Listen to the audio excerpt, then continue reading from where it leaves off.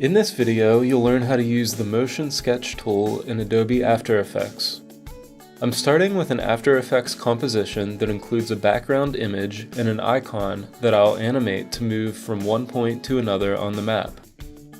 To begin using the Motion Sketch tool, first go to the Window menu at the top of the screen and choose Motion Sketch to display the Motion Sketch tool.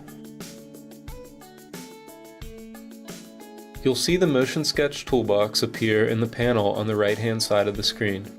When you're ready to begin your motion capture, select the image you want to move, and then click the Start Capture button. After clicking Start Capture, simply hold down the left mouse button and trace the path you want the image to follow with your cursor.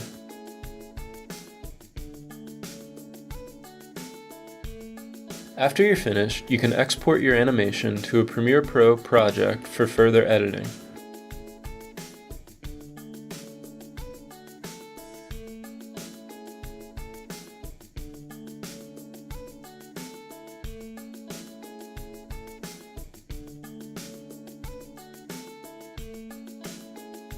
If you want to speed up or slow down your animation, you can use the Rate Stretch tool in Premiere.